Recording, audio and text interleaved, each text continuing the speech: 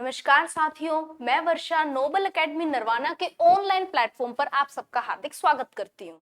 जैसे कि आप सभी को पता है कि एचटेट 2025 का नोटिफिकेशन हमारे पास आ चुका है और जिस पल का हमें इंतजार था वो पल भी हमारे पास आ चुका है कि एचटेट 2025 की एग्जाम डेट जो कि आपकी 26 और 27 जुलाई 2025 को तय की गई है।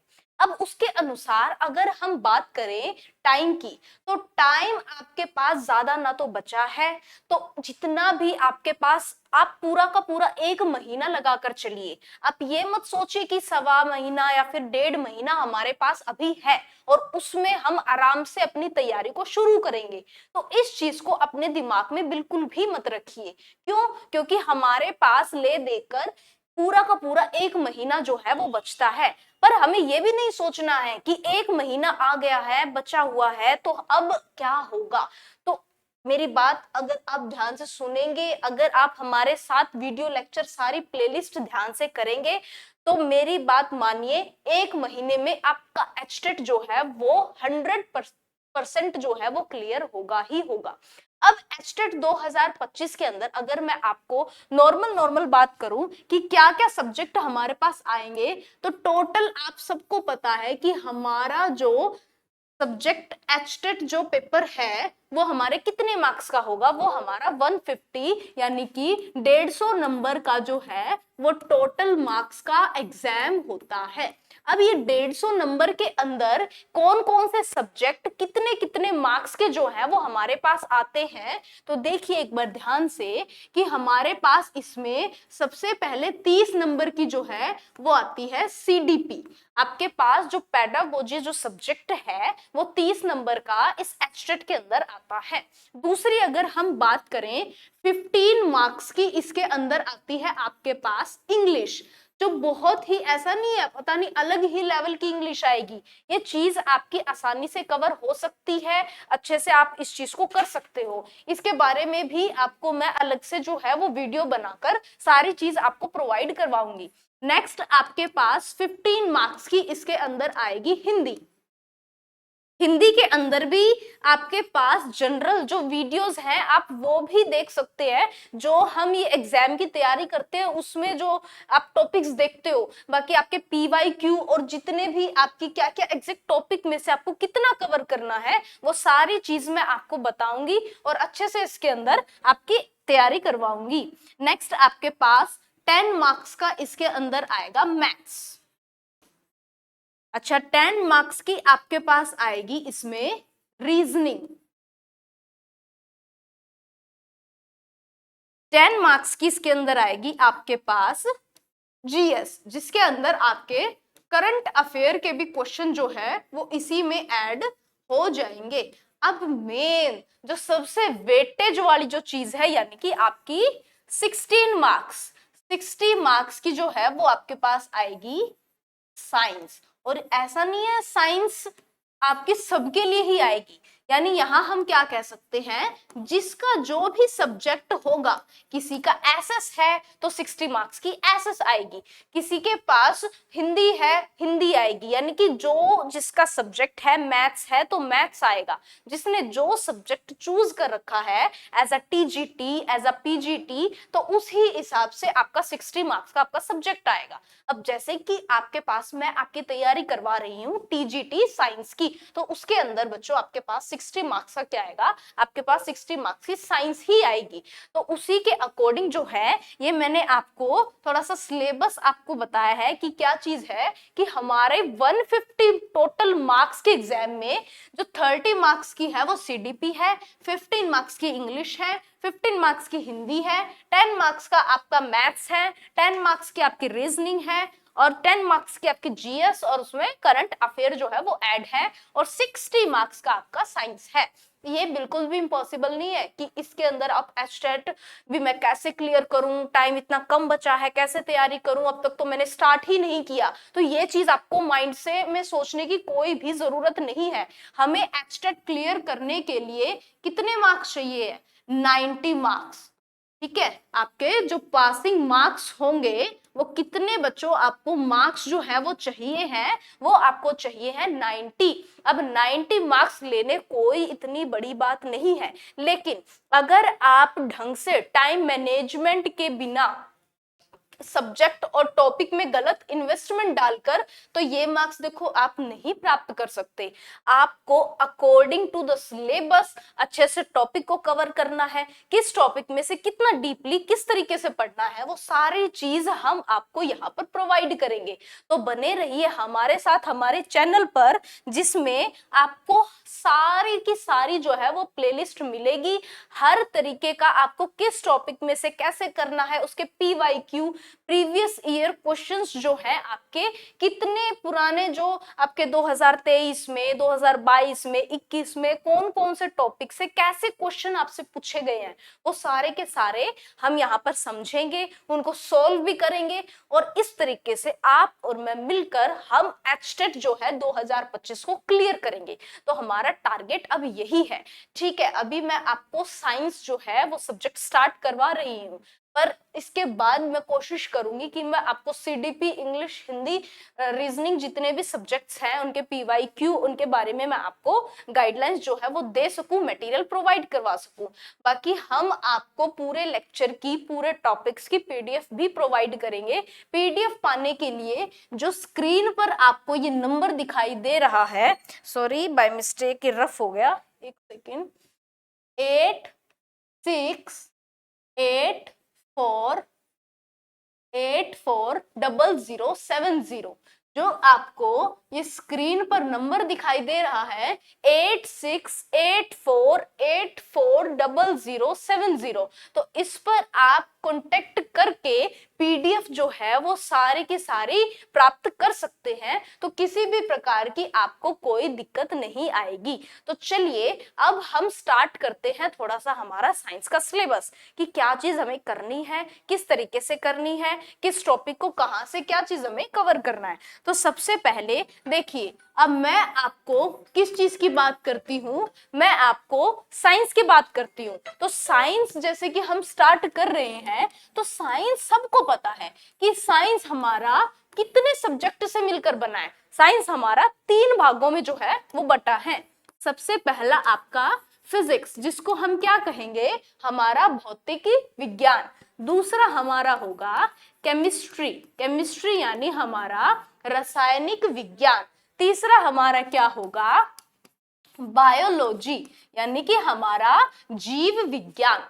तो साइंस जो है वो हमारी 3 ब्रांचेस में जो है वो बटी है, फिजिक्स, केमिस्ट्री, बायो। क्योंकि साइंस बहुत बड़ी है, ऐसा नहीं है कि साइंस सिर्फ एक कमरे में ही जो है वो अटकी है। हमारे पास हर जगह, हर कोने में, कमरे के बाहर, कमरे के अंदर, जो कुछ भी डेली लाइफ में हो रहा है वो सारा का सारा क्या है, हमारी साइंस ही तो है।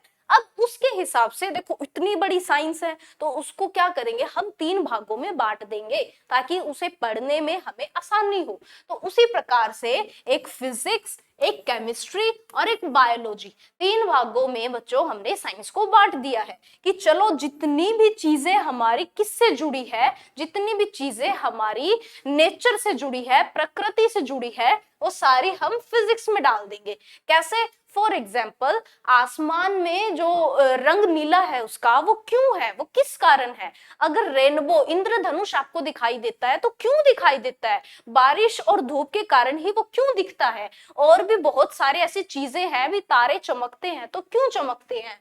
और भी हजारों चीजें आप फिजिक्स के अंदर पढ़ोगे जो खुद ब खुद आपका इंटरेस्ट पैदा करेंगे। साइंस कोई भी रट्टे की चीज नहीं है, थोड़ी सी भी रेक्टिफिकेशन की चीज नहीं है। जितना आप उसके अंदर गुम होके उसको अच्छे से समझोगे, वो भी आपको उतनी ही अच्छे से समझेगा। अब दूसरी बात करें केमिस्ट्री की, केमिस्ट्री तो है ही केमिकल्स का खेल। जितने भी आपके केमिकल्स होंगे, आपके जितने भी ये रिएक्शंस होती हैं, रिएक्शन भी छोड़ो, घर में आप नॉर्मल देखते हो, अच्छा दूध उबल रहा है, ऊपर क्यों आ रहा है, अच्छा इसके अंदर भाप, वेपर्स क्यों आ रहे हैं, वो सारी चीज आपकी केमिस्ट्री ही तो है। बहुत ही इजी है और बिल्कुल ही इजी तरीके से मैं आपको ये करवाऊंगी। नेक्स्ट आपके पास क्या है, बायोलॉजी। बायोलॉजी यानी कि जीव विज्ञान। अब जितने भी पेड़ पौधे हैं, हम इंसान हैं, जानवर हैं, उनकी कैटेगरी यानी कि जितने भी जीवित प्राणी हुए उनकी कैटेगरी लिविंग थिंग्स की किस में डाल दी, बायोलॉजी के अंदर। तो हमारे पास क्या चीज है कि फिजिक्स, केमिस्ट्री, बायो तीनों में ही हम डिस्कस करेंगे कि कैसे कैसे हमारा कौन सा टॉपिक इनमें से आएगा, कैसे हमें करना है, कैसे क्या चीज हमारे पास एस्टेट के एग्जाम में आएगी। तो आइए मेरे साथ, सबसे पहले हम आज स्टार्ट करते हैं बायोलॉजी। देखिए, मैं आपको अगर बता दूं कि किस तरीके से मैं आपको साइंस कवर करवाने वाली हूं, तो ऐसा है, हम टॉपिक करेंगे, टॉपिक कंप्लीट होते ही मैं उसके क्वेश्चंस पीवाईक्यू आपके पास लेकर आऊंगी, हम मिलकर उनको सोल्व करेंगे। और आज ही ये चीज आप कसम खा लो कि हमें एस्टेट क्लियर करना है। डेली क्लास देखोगे, अच्छे से सोल्व करोगे, मन लगाकर बिना स्किप किए हुए। ऐसा नहीं अभी चलो नहीं बोरिंग चला हुआ है, नहीं नहीं ये चीज नहीं करनी है, तो हमने कर ली है, हमें समझ नहीं आ रही, ऐसा नहीं। बहुत ही सिंपल वे में मैं आपको चीजों को करवाऊंगी। माइंड में ये नहीं रखना है कि मुझसे नहीं होगा, ठीक है। तो आपके पास क्या है, तो सबसे पहले अपना दृढ़ निश्चय, जो आपका कॉन्फिडेंस है, उसको बिल्डअप कीजिए कि 1 महीने में मुझे करना ही करना है। तो इसी के चलते हम सबसे पहले स्टार्ट करते हैं बायोलॉजी, जीव विज्ञान। जैसे कि मैंने आपको बायो के बारे में बताया कि जो बायोलॉजी है, जो जीव विज्ञान है, इसके अंदर हम किस चीज का अध्ययन करते हैं, यानी कि किस चीज की स्टडी होगी, तो study of plants and animals, यानी कि पौधों की, जीव जंतु की, जानवरों की, उन्हीं के अध्ययन को, उन्हीं की स्टडी को हम क्या कहेंगे, बायोलॉजी। अब अगर बात करें तो किसी ने तो इस सब्जेक्ट को बनाया होगा, किसी ने तो सोचा होगा भी चलो बायोलॉजी को एक अलग ब्रांच बनाते हैं जिसके अंदर इस प्रकार से हम इस चीज को पढ़ेंगे। तो एक आपके पास एरिस्टोटल, हिंदी में इसे कहेंगे अरस्तु, नाम तो आपने सुना ही होगा, ऐसा नहीं है इसका नाम किसी ने नहीं सुना। तो एरिस्टोटल यानी कि अरस्तु नामक वैज्ञानिक ने, व्यक्ति ने ये सोचा कि क्यों ना एक नई ब्रांच साइंस की बना दी जाए जिसमें पौधों को, जानवरों को अलग से उसमें रखा जाए, और उसी ब्रांच को हम क्या कहेंगे, बायोलॉजी। अब बायोलॉजी में तो भाई हजारों टॉपिक है, बहुत सारी चीज जो है वो ऐड कर दी। बायो इतनी बड़ी है, असल में तो साइंस इतनी बड़ी है जो कभी खत्म नहीं हो सकती, ये एग्जिस्ट नहीं हो सकती, लेकिन फिर भी हमारे पास स्पेसिफिक टॉपिक्स हैं जिनके अकॉर्डिंग हम इन चीजों को कवर करेंगे। तो सबसे पहले बच्चों हम स्टार्ट करते हैं हमारा फर्स्ट टॉपिक, जिसका नाम है साइटोलॉजी। सबसे पहले हम स्टार्ट करते हैं हमारा फर्स्ट टॉपिक, जिसका नाम है साइटोलॉजी। साइटोलॉजी तो सुना होगा, नहीं सुना तो कोई बात नहीं, हम अब अच्छे से सुनेंगे। ये 2 शब्दों से मिलकर बना है, एक सेकेंड, साइटोलॉजी। ये साइटोलॉजी आपका 2 शब्दों से मिलकर बना है, एक तो साइटो और दूसरा क्या होगा, लॉजी। अगर मैं बात करूं साइटो की, साइटो मतलब क्या होता है, सेल। अरे भाई अब ये सेल क्या है, सेल का क्या काम है, सेल किसे कहते हैं, कैसे खोज हुई, कैसे पता चला, वो सारी की सारी चीज हम साइटोलॉजी में करेंगे। बहुत ही इंटरेस्टिंग है, बस थोड़ा सा आपको ध्यान देने की जरूरत है। लॉजी का मतलब होता है स्टडी, स्टडी यानी कि पढ़ना।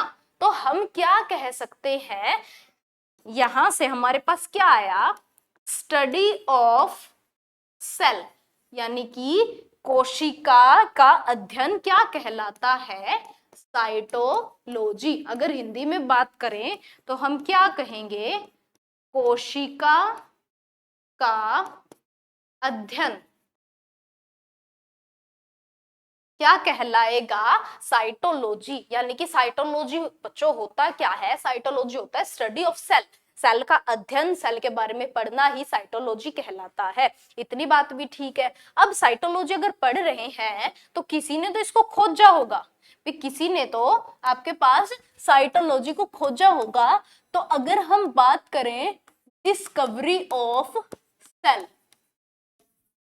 अगर हम बात करें डिस्कवरी ऑफ सेल, वही एक साइंटिस्ट हुआ करते थे। अब ये बात है आपकी कब की, इन 1665, 1665 की बात है। एक साइंटिस्ट हुआ करते थे जिनका नाम था रॉबर्ट हुक। भी आपके पास एक साइंटिस्ट हुआ करते थे जिनका नाम था रॉबर्ट हुक। तो 1665 में रॉबर्ट हुक ने क्या सोचा, इन्होंने सोचा कि देखो कोई भी बंदा एकदम से तो माइंड के अंदर प्रिपेयर नहीं होता, अच्छा मुझे इस चीज की खोज करनी है तो चलो मैं अब ये लेता हूँ।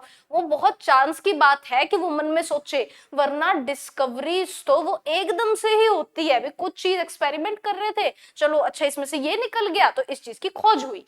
उसी प्रकार से रॉबर्ट हुक ने किस चीज की खोज की, हमारे बात करें सेल की, सेल की खोज की, डिस्कवरी। तो हमारे पास क्या है कि जो रॉबर्ट हुक साइंटिस्ट है 1665 में, आपको देखो बेसिकली इतना ही ध्यान रखना है कि सेल की डिस्कवरी 1665 में रॉबर्ट हुक नामक व्यक्ति ने की थी। अब अगर मैं बात करूं कि इन्होंने कैसा सेल खोजा था, तो याद रखना इन्होंने डेड सेल यानी कि मृत कोशिका का जो है वो खोज की थी यहां पर। तो क्वेश्चन एग्जाम में यहां से आपके पास कैसे आएगा कि डेड सेल की खोज किसने की, तो याद रखना रॉबर्ट हुक ने 1665 में डेड सेल की खोज की थी। यानी वो सेल किसी काम के नहीं थे, वो नॉन लिविंग थे। उसके बाद क्या हुआ, अब भाई हम इंसान, दुनिया में हर चीज किससे मिलकर बनी है, सेल से मिलकर बनी है। जितने भी जो लिविंग थिंग्स है, जो सांस लेते हैं, अब वो चीज कहां से आए, वो किसी ने तो खोजी होगी। इन्होंने तो सेल कैसा खोज दिया, इन्होंने तो डेड, उसको डेड साबित हो गया कि ये नहीं हिल रहा, इसमें कोई सांस नहीं, कोई जान नहीं है। तो उसके बाद क्या हुआ, 1674 में, 1674 में एक और वैज्ञानिक, एक और साइंटिस्ट आए जिन्होंने किस चीज की खोज की, हमारे लिविंग सेल की। लिविंग सेल की जिसने खोज की उसका क्या नाम था, एंटोनी वैन लुइन हॉक। तो हमारे पास हम क्या कहेंगे कि जो हमारा कौन सा ईयर था, 1674 का ईयर था, उसमें हमारे कौन से वैज्ञानिक आए, एंटोनी वैन लुइन हॉक। इन्होंने हमारे किसकी खोज की, इन्होंने, यहां से हमें याद रखना है, इन्होंने लिविंग सेल, लिविंग सेल यानी कि ऐसी कोशिका, ऐसा सेल जिसके अंदर जीवन था, जो चीज लिविंग थी। और किस चीज के अंदर खोजा, आपको ये भी याद रखना है, तो बैक्टीरिया। तो यहां से बेसिकली ज्यादा चीजें आपकी नहीं है। सेल, कोशिका, जो आपके पास क्या है उसकी स्टडी, सेल की स्टडी क्या कहलाएगी, साइटोलॉजी। जो जो मैं आपको बातें बता रही हूँ, आपको सिर्फ माइंड में वही वही याद रखनी है, ज्यादा उसमें कुछ भी कंफ्यूज नहीं होना। खुद से बनाओगे वो चीज आपको कंफ्यूज करेगी, ना ही कॉन्फिडेंस लो करना है। तो यहाँ पर आपको किस चीज का ध्यान रखना है कि सेल की स्टडी बच्चों क्या कहलाएगी, साइटोलॉजी। अब सेल की डिस्कवरी जो है वो किसने की थी, तो सेल की जो डिस्कवरी है वो 1665 में रॉबर्ट हुक ने की थी, जिन्होंने कैसा सेल खोजा, डेड सेल। अब 1674 में उसके बाद एक साइंटिस्ट आए, एंटोनी वैन लुइन हॉक। उन्होंने किस चीज की खोज की बच्चों, उन्होंने खोज की लिविंग सेल की, जो कि किस चीज के अंदर था, बैक्टीरिया। और अगर मैं इनकी आपको बेसिक स्टोरी बताऊं, देखो एग्जाम में वो नहीं आएगी, लेकिन वैसे माइंड के अंदर बता दूं, इनकी खोज कैसे हुई थी। ये अपने गार्डन में जो है वो काम कर रहे थे, गार्डन में काम कर रहे थे। तो क्या हुआ कि जैसे मिट्टी वगैरह हटाते हैं ना, तो इनके नेल्स में ऐसे गार्डनिंग का काम कर रहे थे, तो मिट्टी घुस गई उसमें। इन्होंने थोड़ा सा ध्यान से, साइंटिस्ट लोगों का दिमाग भी ऐसे होता है, इसको देखता हूँ उसको देखता हूँ, इसमें क्या है क्या चीज नहीं है। तो उसी के जरिए उस मिट्टी को उन्होंने ध्यान से देखा, उसमें इन्हें कुछ महसूस हुआ। तो माइक्रोस्कोप से जब उन्होंने वो चीज देखी, देखो उस टाइम पे इतने माइक्रोस्कोप होते भी नहीं थे, तो इन्हीं के द्वारा बनाए गए जो सेल्फ डिजाइन माइक्रोस्कोप थे। पहले क्या चीज थी भी, हम जुगाड़ तो देखो इंडिया स्टार्टिंग से लगाता है, पर पहले हमारे पास जो माइक्रोस्कोप थे वो बने नहीं थे। तो क्या करते थे भी, खुद से इन्होंने, रॉबर्ट हुक ने जो है वो, बल्कि माइक्रोस्कोप जो है वो खुद से बना भी रखा था। तो वो माइक्रोस्कोप से इन्होंने क्या किया भी, चेक किया, तो उसके अंदर उन्हें कुछ लिविंग थिंग महसूस हुई। अब बैक्टीरिया था, क्योंकि मिट्टी में तो बैक्टीरिया मिलेंगे, बैक्टीरिया था और उसके अंदर उन्होंने लिविंग सेल जो है वो पाया, तो उसी के जरिए जो है वो यहाँ पर इनकी जो खोज है वो हुई थी। ठीक है, इतनी सारी चीज देखो हम नहीं करते हैं, डीपली जाने को कितना ही चले जाओ, उनका बेसिक कितना ही देख लो। अब जैसे कि हमारे पास ये लिविंग सेल की अगर हम बात करें, ये किस में मिला था, ये स्लाइस ऑफ कोर्क, यानी कि जो आपके ये पेड़ होते हैं ना, पेड़ की जो ये लकड़ियां होती है, जैसे कटा हुआ पेड़ हो मान लो, ऐसे लकड़ियां इस तरीके से, तो इस स्पीसीज पे जो है वो किसकी खोज हुई थी, हमारे डेड सेल की खोज हुई थी। तो यहाँ पर अगर मैं आपको इन शॉर्ट बताऊं, आपको क्या याद रखना है, स्टडी ऑफ सेल, यानी कि सेल की स्टडी क्या कहलाती है, साइटोलॉजी। यहां से आपको क्या याद रखना है, स्टडी ऑफ सेल आपकी क्या कहलाएगी, साइटोलॉजी। अच्छा, नेक्स्ट क्या याद रखना है, discovery of cell, discovery of cell, यानी कि सेल की खोज कब हुई थी, 1665 में, किसके द्वारा, रॉबर्ट हुक के द्वारा। यहाँ पर बच्चों क्या याद रखोगे आप, किसके द्वारा, रॉबर्ट हुक के द्वारा। कौन से ईयर में हुई थी, 1665 में, और वो कैसे थे, वो आपके डेड सेल थे, वो कैसे थे, आपके डेड सेल थे। अच्छा, नेक्स्ट आपके पास क्या होगा, जो इसी के अंदर ऐड कर लीजिए, उसके बाद 1674 में कौन सा साइंटिस्ट आया, एंटोनी वैन लुइनहॉक, और इन्होंने जो सेल खोजा वो कैसा था, वो बच्चों लिविंग सेल था, जो किसके अंदर था, आपके बैक्टीरिया के अंदर। तो यहां से हमने अभी तक, अगर मैं आपको शॉर्ट में बताऊं, तो 3 चीजें आपको मेनली याद रखनी है। क्या, सेल की स्टडी को क्या कहेंगे हम, साइटोलॉजी। अच्छा, सेल की डिस्कवरी कब हुई थी, रॉबर्ट हुक द्वारा 1665 में, पर डेड सेल। अच्छा, दूसरी 1674 में एंटोनी वैन लुइनहॉक के द्वारा जो है वो लिविंग सेल बैक्टीरिया के अंदर वो खोजा गया था। अब इतनी बात तो ठीक है, अब सेल की डिस्कवरी भी हुई, सेल हमारे बीच में भी आया, तो उसके बेसिस पर कुछ ना कुछ इसके ऊपर सिद्धांत भी तो बनेंगे, जिसे हमने क्या नाम दिया, जिसे हमने नाम दिया सेल थ्योरी, जिसे बच्चों हमने क्या नाम दिया, सेल थ्योरी, सेल के सिद्धांत, कोशिका के सिद्धांत। अच्छा, अब ये सेल थ्योरी होती क्या चीज है, थ्योरी यानी किसी भी चीज के बेसिस पर, अब जैसे सेल की थ्योरी है तो सेल के बारे में ही इसके अंदर तो हमारी चर्चा होगी कि सेल का काम क्या है, कैसे कैसे वो कहाँ पर जो है वो यूज होता है। तो सेल थ्योरी सबसे पहले जो है हमें पता होना चाहिए दी किसने है, तो 1839 के अंदर भाई 2 साइंटिस्ट आए थे, एक तो क्लेडन और एक साइंटिस्ट था स्वान। देखिए हमारे पास यहाँ पर 2 साइंटिस्ट थे, क्लेडन और स्वान। तो ये जो 2 साइंटिस्ट आपको दिखाई दे रहे हैं, इन्होंने 1839 में सोचा भी क्यों ना सेल के ऊपर कुछ थ्योरी दी जाए। तो हमारे पास क्या है भी उसी के अकॉर्डिंग इन दोनों ने थ्योरी दी और क्या बात बताई कि all things are made up of cell। दुनिया में जितनी भी, सॉरी इसमें ऐड कर लीजिए आप, living things, all living things are, दुनिया में जितनी भी जीवित चीजें हैं, जितनी भी लिविंग थिंग्स है, वो सारी की सारी किससे मिलकर बनी है, वो सेल से मिलकर बनी है। भाई हम भी तो लिविंग हैं, हम भी सेल से मिलकर बने हैं, प्लांट्स भी लिविंग है, वो भी सेल से मिलकर बने हैं, एनिमल्स भी लिविंग है, वो भी सेल से मिलकर बनी है, और बहुत सारी चीजें हैं जिसको हम डिस्कस भी करेंगे कि इसमें कैसा सेल मौजूद है, क्या चीज नहीं है, क्या चीज है, सारी की सारी आपकी आगे धीरे धीरे डिस्कस होगी। अब यहां मैंने क्या कहा, all living things are made up of cell, यानी कि सेल से ही जितनी भी जीवित चीजें हैं वो बनी है। दूसरा क्या कहेंगे, ऑल सेल्स, ये रहने दीजिए, इसमें आप कीजिए, cells are made up of pre existing cell, यानी इनमें हम कह सकते हैं भाई रिसाइकल जो है वो चलता है।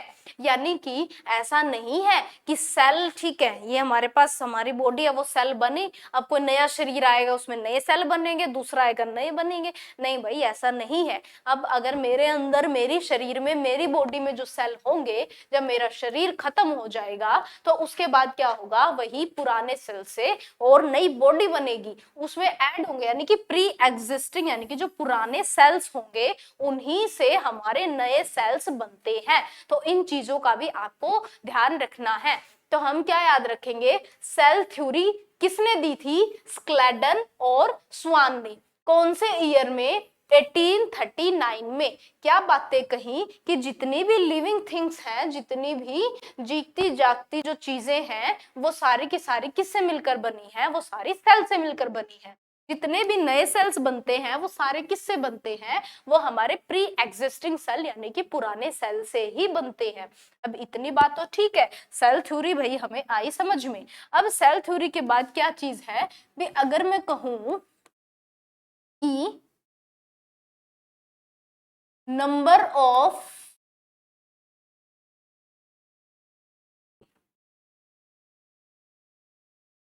dividing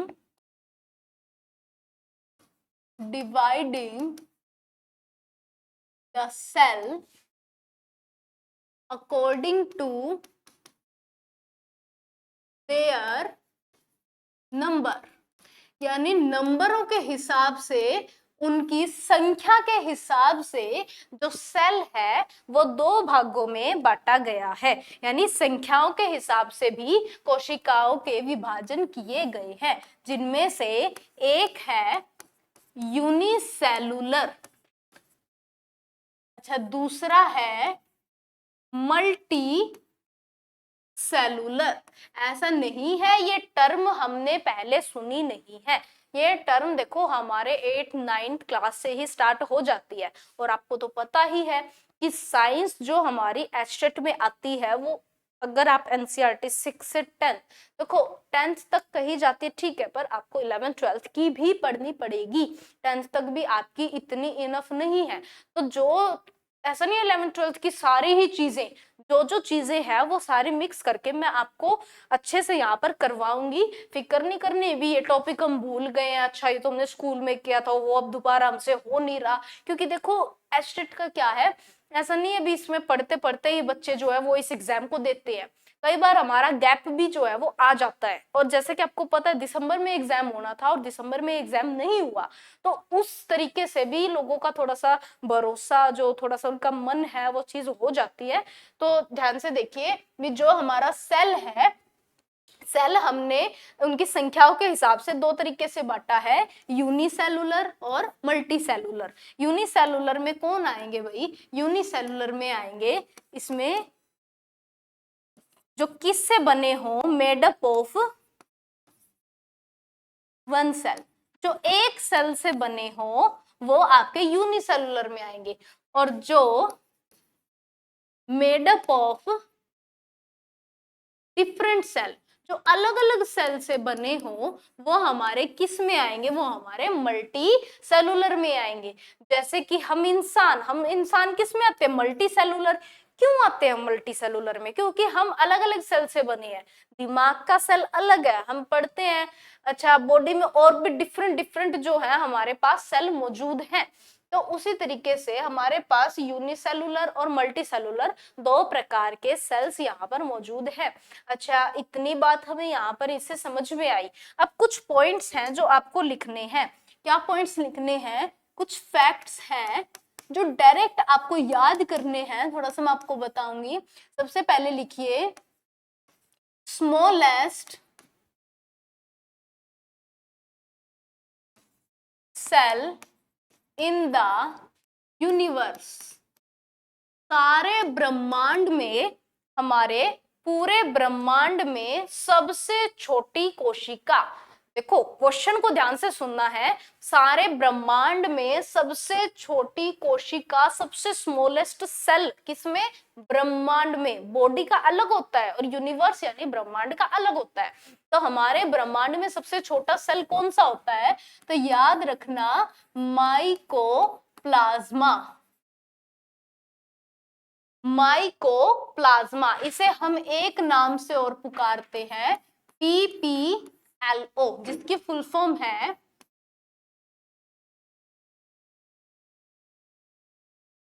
एक से, pleuro pneumonia, pleuro pneumonia like organism. तो इसमें बच्चों आपको क्या करना है कि जो आपका माइकोप्लाज्मा है और उसे हम क्या कहेंगे? PPLO, pleuropneumonia like organism. Pneumonia तो सुनते ही है हम भी, अच्छा निमोनिया जो है वो होता है, तो वही आपके पास यहाँ पर निमोनिया है। अच्छा स्मॉलेस्ट सेल तो आपका क्या होगा? माइकोप्लाज्मा। दूसरा आप इसमें क्या लिखेंगे? Largest cell in the universe, largest cell in the universe, यानी कि इसमें हम क्या कहेंगे? हमारे पूरे ब्रह्मांड के अंदर जो सबसे छोटी कोशिका है वो कौन सी हो, सॉरी सबसे बड़ी कोशिका कौन सी होगी? Ostrich egg cell. जो आपका शतुरमुर्ग होता है ना, ऑस्ट्रिच, सबसे बड़ा जो है वो एनिमल भी इसे कहा जाता है, तो उसका जो अंडा है देखो बहुत बड़ा होता है उसका अंडा, तो वही आपका सबसे लार्जेस्ट सेल भी है इस पूरे ब्रह्मांड का। अच्छा तीसरा आपके पास बच्चों क्या होगा? तीसरा आपके पास होगा smallest cell of human body, smallest cell of human body. जो आपका मानव शरीर है उसके अंदर सबसे छोटी कोशिका, सबसे स्मॉलेस्ट सेल आपका क्या होगा? उसके अंदर होगा आपका मेल स्पर्म, जिसे हम क्या कहेंगे? शुक्राणु। वो आपका क्या होगा? सबसे छोटी कोशिका। अच्छा नेक्स्ट आपके पास क्या होगा? लार्जेस्ट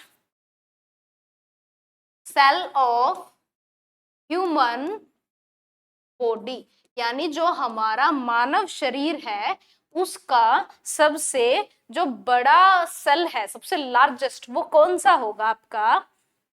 फीमेल ओवा या फिर एग, जिसे हम हिंदी में क्या कह सकते हैं? अंडाशय, अंडा। हिंदी में आप इसको रहने ही दीजिए, अभी हिंदी में मुझे कंफर्म नहीं है तो वो चीज थोड़ी सी आपकी मिस्टेक ना हो जाए, इसको देख लेना, अंडाणु या अंडाशय कुछ इस प्रकार से होगा। अच्छा आप मेरी बात सुनिएगा कि जो आपके पास ये देखिए चार फैक्ट जो मैंने आपको बताए हैं, वो क्या बताए हैं कि आपके यूनिवर्स, आपके ब्रह्मांड के अंदर सबसे छोटी कोशिका, सबसे स्मॉलेस्ट सेल तो क्या होगा? माइकोप्लाज्मा। अच्छा सबसे लार्जेस्ट सेल आपके ब्रह्मांड में कौन सा होगा? Ostrich egg. अच्छा सबसे स्मॉलेस्ट सेल हमारी ह्यूमन बॉडी के अंदर वो कौन सा होगा? मेल स्पर्म, यानी कि आपका शुक्राणु। और नेक्स्ट आपके पास क्या है? Largest cell of human body, हमारे ह्यूमन बॉडी का लार्जेस्ट सेल कौन सा होगा? फीमेल ओवा या फिर एग। तो इतनी बात आपको यहाँ पर ध्यान रखनी है। सेल की थ्योरी, सेल की खोज, किसने डेड सेल खोजा, किसने लिविंग सेल खोजा, हमारी बॉडी में, हमारी यूनिवर्स में किस किस प्रकार से जो है वो सेल पाए जाते हैं, तो ये चीज बच्चों आपको ध्यान रखनी है। अच्छा एक आपको इसके अंदर डिफरेंस भी याद रखना है, लिखिए डिफरेंस बिटवीन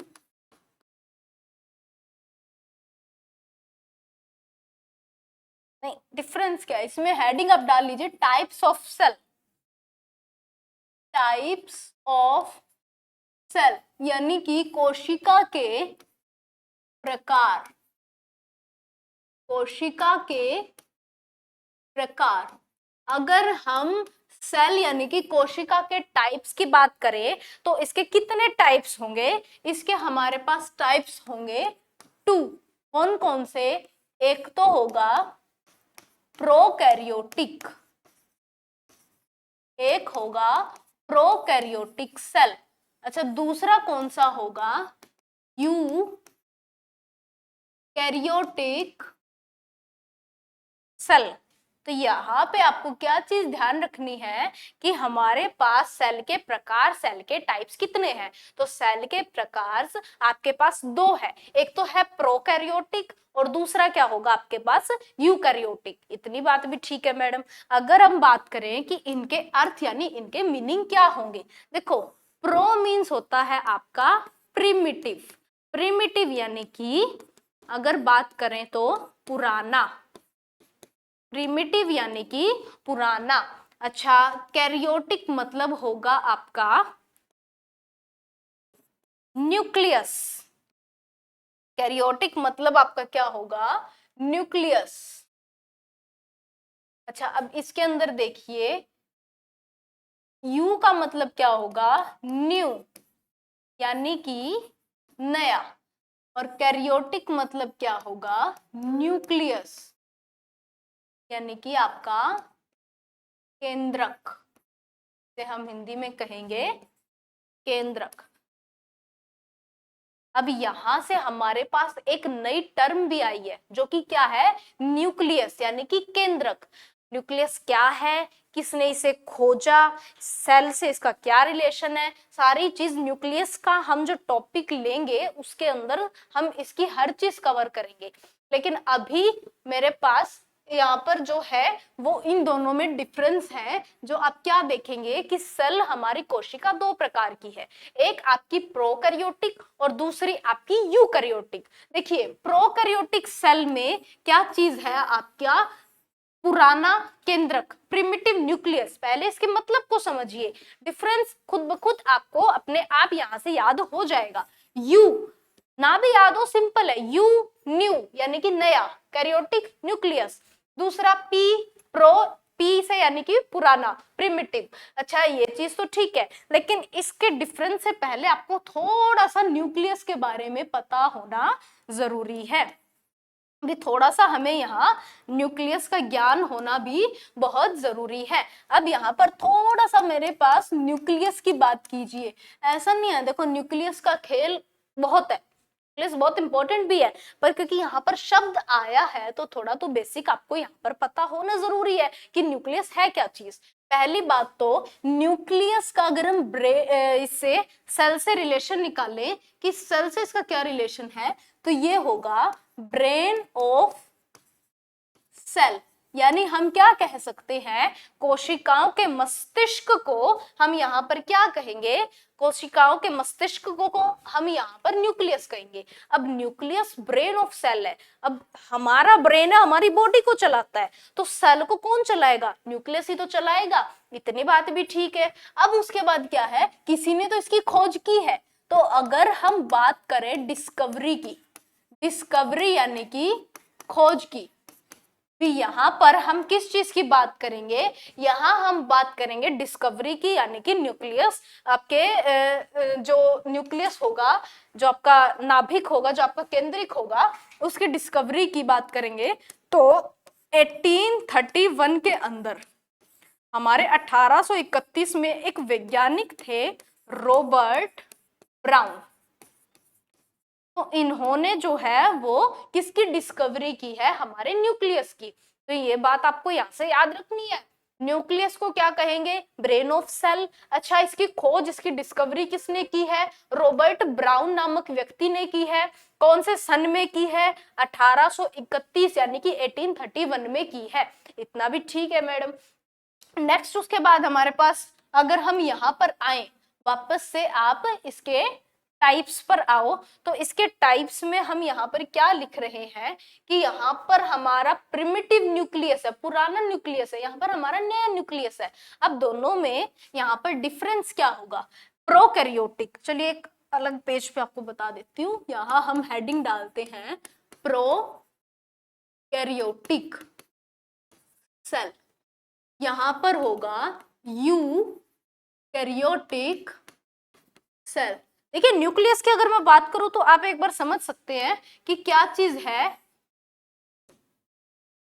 मान लीजिए अगर मैं आपको थोड़ा सा आइडिया देती हूं, ये हमारे पास सेल है, ये हमारे पास क्या है, ये हमारे पास सेल है।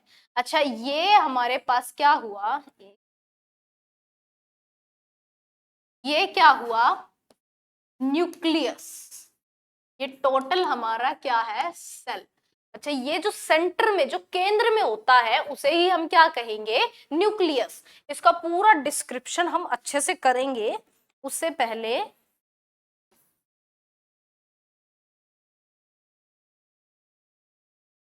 अच्छा इसको एक बार कर देते हैं साइड।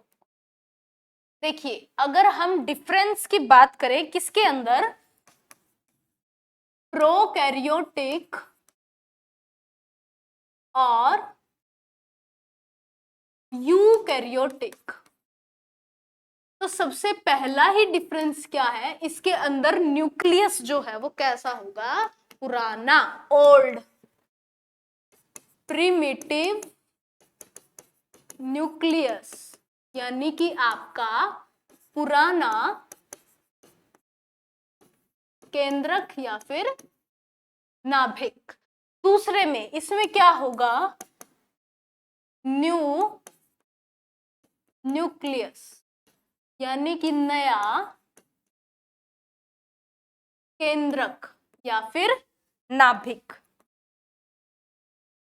अच्छा इसके अंदर हमारे पास क्या चीज आएगी, इसमें जैसे कि पुराना है तो इस चीज का याद रखना कि प्रोकैरियोटिक में पुराने समय में न्यूक्लियस अच्छे से नहीं बनता था, बहुत ही मतलब कि इसमें क्या कह सकते हैं, न्यूक्लियस डजंट फॉर्म प्रॉपरली, यानी कि केंद्रक सही से नहीं बनता था, ठीक है। अच्छा इसमें क्या आएगा, न्यूक्लियस फॉर्म्ड प्रॉपरली, इसमें जो आपका केंद्रक होगा अच्छे से बनता है। तो ये चीज आपको ध्यान रखना है कि इस वाले में आपका जो पुराना जो न्यूक्लियस होगा उसमें जो नाभिक है, जो केंद्रक है, जो न्यूक्लियस है वो अच्छे से बनता ही नहीं था। अब सोचिए सेल है, कोशिका है, कोशिका को कंट्रोल न्यूक्लियस करता है, जो उसका ब्रेन है वही अच्छे से नहीं बन पाता था, तो वो सेल आपका इसीलिए क्या होगा भी, इसके अंदर जो हमारा पॉइंट्स क्या आएगा भी, इसके अंदर जो आपका सेल है वो अच्छे से फॉर्म नहीं होगा। अच्छा तो उसी के दौरान हम यूकैरियोटिक करें तो इसके अंदर आपका न्यूक्लियस जो नाभिक है वो अच्छे से बन जाएगा, उसके अंदर अच्छे से वो फॉर्म होता है। अब यहाँ पर एक पॉइंट ऐड होगा, उस पॉइंट को समझने के लिए आप एक चीज समझना। अच्छा आपको छोटा सा एक डायग्राम मैं यहाँ पर बनाकर दिखा देती हूँ, सेकेंड। अब ये आपके पास मैंने यहाँ पर क्या लिखा है, मैंने क्या कहा है, ये आपका क्या है, न्यूक्लियस। इस चीज को, मेरी बात को ध्यान से समझना है, ये है न्यूक्लियस और ये पूरा क्या है, सेल, ठीक है। अब ये है सेल आपका, ये है आपकी कोशिका। अच्छा ये आपका सेंटर में न्यूक्लियस, ये चारों तरफ जो न्यूक्लियस के आपके पास ये जो दीवार, ये जो चक्कर आप देख रहे हो ना, इसको हम कहते हैं न्यूक्लियर मेम्ब्रेन। क्या कहेंगे, न्यूक्लियर मेम्ब्रेन, यानी कि नाभिकीय भित्ति, एक तरह से दीवार, सिक्योरिटी, यानी जो न्यूक्लियस को बचाए। तो न्यूक्लियर मेम्ब्रेन का काम क्या है, न्यूक्लियस को प्रोटेक्शन देना, उसको सुरक्षा प्रदान करना। इतनी बात भी ठीक है। अब मैंने आपको क्या कहा है, इसके अंदर न्यूक्लियस अच्छे से बनता ही नहीं है। अगर न्यूक्लियस बनेगा ही नहीं तो इसमें न्यूक्लियर मेम्ब्रेन यानी कि आपके केंद्रक भित्ति का कोई काम होगा ही नहीं। अब एक बात बताओ, एक मान लो कोई खाली घर है, उस घर के बाहर कोई बॉडीगार्ड खड़ा होगा? नहीं खड़ा होगा। क्यों? क्योंकि घर ही खाली है भाई। तो इसलिए अगर आपका न्यूक्लियस है ही नहीं तो उसकी सुरक्षा के लिए उसकी भित्ति, उसकी दीवार होगी ही नहीं। तो इसमें हम क्या लिखेंगे? न्यूक्लियर मेम्ब्रेन आर एब्सेंट, यानी कि आपकी जो केंद्रक भित्ति है, भित्ति नहीं पाई जाती, नहीं पाई जाती, यानी इसके अंदर आपके पास न्यूक्लियर मेम्ब्रेन केंद्रक भित्ति पाई ही नहीं जाएगी, क्योंकि न्यूक्लियस ही अच्छे से नहीं होता है, तो वो डिस्ट्रॉय, वो खत्म हो जाता है। और यहाँ पर न्यूक्लियर मेम्ब्रेन, भाई यहाँ तो सही सलामत आपका न्यूक्लियस, आपका केंद्रक है, तो न्यूक्लियर मेम्ब्रेन आर प्रेजेंट। ठीक है, तो वो चीज क्या होगी भी, जो आपकी ये जो आपकी केंद्रक भित्ति है वो इसमें तो पाई जाएगी, लेकिन इसमें आपकी नहीं पाई जाएगी। तो इन बातों का आपको यहाँ पर ध्यान रखना है। देखो ये क्या चीज है, ये किससे बनी है, इसमें क्या पाया जाता है, सब डिस्कशन होगा। हर चीज आपको प्रॉपर वे से, प्रॉपर तरीके से करवाई जाएगी। माइंड में ये नहीं सोचना है ओहो ये हुआ, ये क्यों हुआ, कैसे हुआ, कुछ भी नहीं सोचना है। तो ध्यान से इसमें इन चीजों को करना है। अब मैंने आपको क्या बताया कि प्रोकैरियोटिक सेल और यूकैरियोटिक सेल, दो प्रकार की कोशिकाएं पाई जाती है। इसमें जो आपका न्यूक्लियस होगा वो कैसा होगा? पुराना, प्रिमिटिव। अच्छा, उसमें न्यूक्लियस कैसा होगा? नया। इसमें आपके पास जो न्यूक्लियस है वो अच्छे से नहीं बनता, और ना ही उसकी सुरक्षा के लिए उसकी मेम्ब्रेन, उसकी भित्ति होती है, तो जिसके दौरान वो चीज डिस्ट्रॉय, खत्म भी हो जाती है। अब इसी केस में क्या होगा? इसमें न्यूक्लियर मेम्ब्रेन यानी उसका सुरक्षा कवच उसके पास मौजूद है, तो वो खत्म नहीं होगा, वो अच्छे से आपके पास फॉर्म यानी कि अच्छे से बनेगा। तो इतनी चीज, इतना डिफरेंस तो हमें ध्यान है। अच्छा, जितनी भी बातें मैंने आपको करवाई है, देखो ऐसा नहीं है यहाँ पर आपका टॉपिक खत्म है। आपके प्लांट सेल, एनिमल सेल, आपका जो माइटोकॉन्ड्रिया, राइबोसोम्स, बहुत सारी चीजें जो हमें इसमें करनी है। पर अभी हम इसमें क्या कर रहे हैं? अभी हम इसमें बेसिक बेसिक जो है वो डिफरेंस देख रहे हैं। अच्छा, नेक्स्ट डिफरेंस हम क्या देखेंगे? अगला डिफरेंस देखिए, अगला आपके पास क्या डिफरेंस आएगा? मैं बात करूं फोर्थ डिफरेंस की। अच्छा, नेक्स्ट इसमें आप कुछ एग्जाम्पल देख सकते हैं। उदाहरण भी तो बहुत जरूरी है, क्योंकि पेपर में, एग्जाम में आपके पास क्या होगा, या तो ये पूछ लिया जाएगा निम्नलिखित दिए गए विकल्पों में से कौन सा जो विकल्प है वो आपका यूकैरियोटिक है या प्रोकैरियोटिक है। किसी भी तरीके से एग्जामिनर क्वेश्चन पूछ सकता है। अब वो किस प्रकार से आएंगे वो मैं आपको जब क्वेश्चन आपके पास लेकर आऊंगी साइटोलॉजी के, इस टॉपिक के, तब आपको अच्छे से समझ आएगा। हम मिलकर उस चीज को अच्छे से सोल्व करेंगे। और फिर देखना, अगर आप टॉपिक को अच्छे से करोगे, उसकी रिवीजन अच्छे से लोगे, क्वेश्चन आपके पास आप फटाफट जो है वो सोल्व होते आपको दिखाई देंगे। अच्छा, आप एग्जांपल लें तो क्या होगा? BGA यानी कि ब्लू ग्रीन एल्गी, यानी जिसे हम क्या कह सकते हैं? नीला हरा शैवाल, नीला हरा शैवाल। तो इसके अंदर आपका एक एग्जांपल क्या होगा? BGA blue green algae. This is not a algae, ये आपका शैवाल नहीं है। ये आपके पास एक इसका दूसरा नाम भी है जिसको हम बोलते हैं साइनोबैक्टीरिया, यानी कि ये एक प्रकार का बैक्टीरिया ही है। जो ये आपका BGA है, ब्लू ग्रीन एल्गी, इस चीज को भी आपको यहाँ पर ध्यान रखना है। मैं आपसे पूछ लूं, ऐसा कौन सा शैवाल है, ऐसी कौन सी एल्गी है जो एल्गी तो नहीं है, वो बैक्टीरिया की कैटेगरी में आती है, तब भी क्या होगा? BGA ब्लू ग्रीन एल्गी, नीला हरा शैवाल। अच्छा, दूसरा आपके पास अगर हम इसमें एग्जाम्पल की बात करें तो इसमें एग्जाम्पल लिखिए आपका, में एक बैक्टीरिया भी आ सकता है भाई, बैक्टीरिया। अच्छा, इसमें एग्जांपल पैरामीशियम, यूग्लिना, और सिंपल अगर बात करें तो हम एनिमल सेल, अच्छा प्लांट सेल। ठीक है, तो हम सारे भी भाई किस में आते हैं? हम सारे जो इंसान भी है वो किस में आते हैं? वो हम यूकैरियोटिक में आते हैं, यानी कि ह्यूमंस। इंसान भी किस में आते हैं, हम यूक्रियोटिक, हमारा सेल, हमारा जो न्यूक्लियस है, हमारा जो केंद्रक है वो अच्छे से बना हुआ है। ठीक है, इस बात का भी हमें यहाँ पर ध्यान रखना है।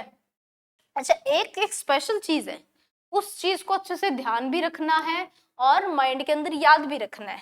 एक एक्सेप्शन है, एक्सेप्शन यानी कि अपवाद। एक एक्सेप्शन चीज है, वो क्या याद रखोगे, virus doesn't follow cell theory.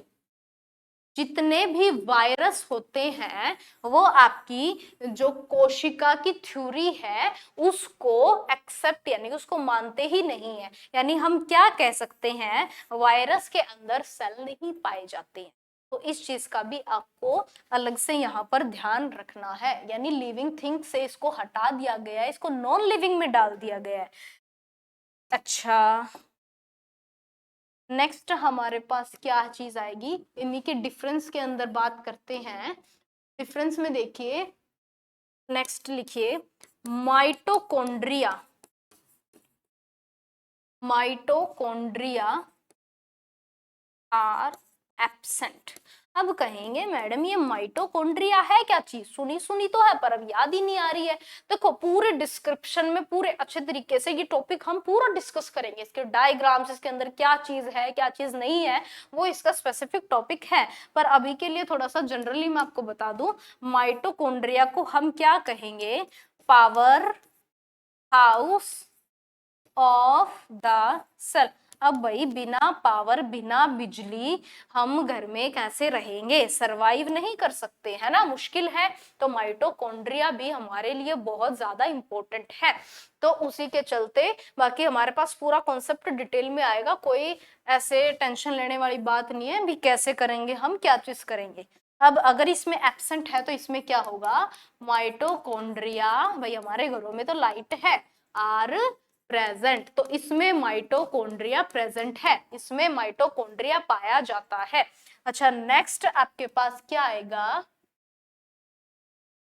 Next आएगा भाई राइबोसोम्स। राइबोसोम्स आर प्रेजेंट, इसमें राइबोसोम्स होता है। अच्छा, इसमें भी राइबोसोम्स होता है, राइबोसोम्स आर प्रेजेंट। पर इसके अंदर जो होता है वो होता है ATS, इसके अंदर जो होता है वो होता है 70S।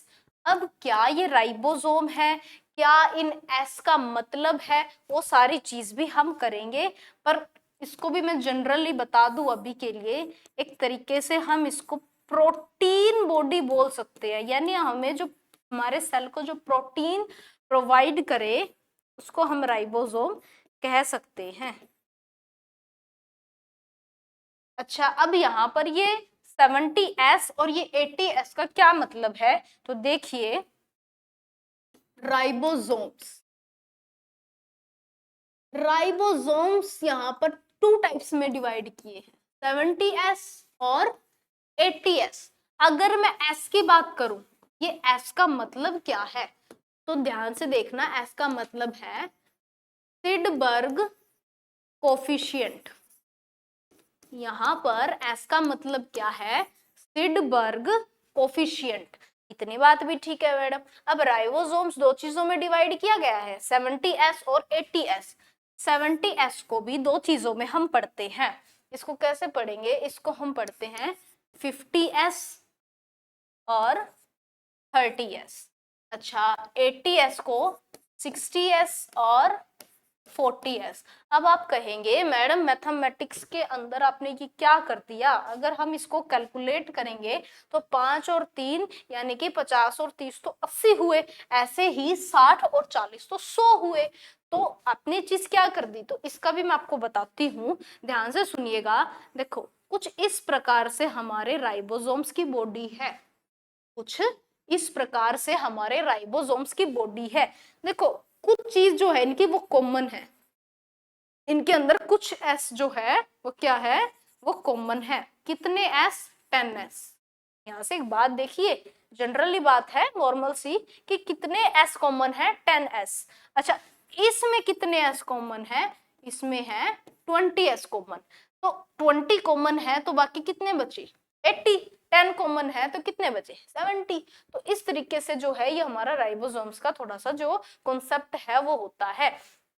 क्या चीज है, क्या प्रोवाइड करेगा, कैसे करना है, हमारे अंदर कितना, उसके अंदर कितना है, कितना जरूरी है, कितना जरूरी नहीं है, सारा इस टॉपिक में डिस्कस करेंगे। अभी जनरली मैं बस आपको बता रही थी। तो हमारे पास ये कुछ जो डिफरेंस है वो किसके बीच का है, वो है हमारे यूकैरियोटिक और प्रोकैरियोटिक के बीच का, जो हमें अच्छे से ध्यान भी रखना है, अच्छे से समझना भी है, अच्छे से सुनना भी है। अब आज हमने साइटोलॉजी स्टार्ट की थी। देखो ज्यादा मैं लोड आप पर फर्स्ट ही क्लास में नहीं डालना चाहती, पर ऐसा भी नहीं है अभी हल्का फुल्का, ठीक है थोड़ा सा बताया और चलो भाई, क्योंकि आपको भी पता है, मुझे भी पता है, अनजान हम में से कोई भी नहीं है, सिलेबस है, ऐसी बात है, सिलेबस नहीं है। और अगर हमने कुछ ठाना है तो उसे पूरा करने के लिए अपना वक्त जो है वो हमें देना भी होगा।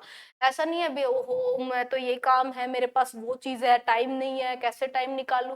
टाइम तो वही निकालना पड़ेगा, टाइम तो देखो जरूरी है ही वो चीज।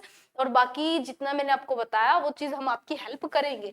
अब एक बार हम जनरली सारे चीज रिवाइज कर लेते हैं कि आज के टॉपिक में हमने क्या चीज की है, ताकि सारी चीज माइंड के अंदर भी इकट्ठी समराइज हो जाए। तो वो चीज आप भी जरूर लिख के देखा करो। मैं ये नहीं कहती भी एक एक ठीक है अपने नोट्स बनाओ, और अगर आपसे नहीं बन रहे, देखो अगर आप खुद से नोट्स बनाते हो उसके दो फायदे आपके पास हैं। एक तो खुद की चीज हमें ज्यादा समझ आती है, दूसरा जितना हम लिखते हैं वो चीज हमें उतनी ही ज्यादा याद होती है।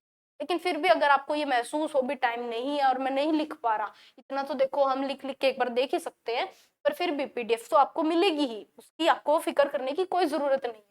तो चलिए थोड़ा सा हम रिवाइज कर लेते हैं हमने क्या चीज की है।